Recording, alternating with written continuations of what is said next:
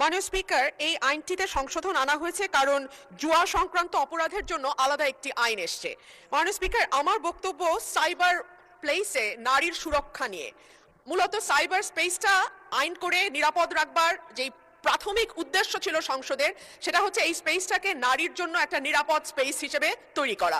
কিন্তু আমরা যারা রাজনীতি করি কিংবা যারা পাবলিক ফিগার কিংবা যারা নোন ফেস, আমাদেরকে প্রতিনিয়ত সাইবার হ্যারাসমেন্ট, সাইবার বুলিং এবং নানান রকম সাইবার অপরাধের শিকার হতে হয়।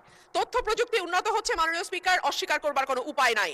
অস্বীকার করবার কোনো উপায় নাই। আমরা এখন এআই জগতে প্রবেশ করেছি। অস্বীকার করবার কোনো উপায় নাই যে কোনটা রিয়েল, কোনটা ফেক, কোনটা ভুয়া, কোনটা সঠিক।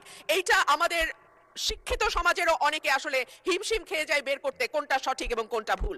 সেরকম একটা প্রেক্ষাপটে দাঁড়িয়ে গ্রামে যখন প্রতিটি মানুষের হাতে স্মার্টফোন, সেলফোন, ফেসবুক অ্যাকাউন্ট, তখন নারীরা, বিশেষ করে নারীরা এবং পরিচিত নারীরা এবং যেই নারীরা হয়তো রাজনীতির সঙ্গে যুক্ত কিংবা মিডিয়া জগতের সঙ্গে যুক্ত, আমাদের জন্য এই স্পেসটা প্রতিদিনই আরেকটু করে অনিরাপদ হয়ে যায়।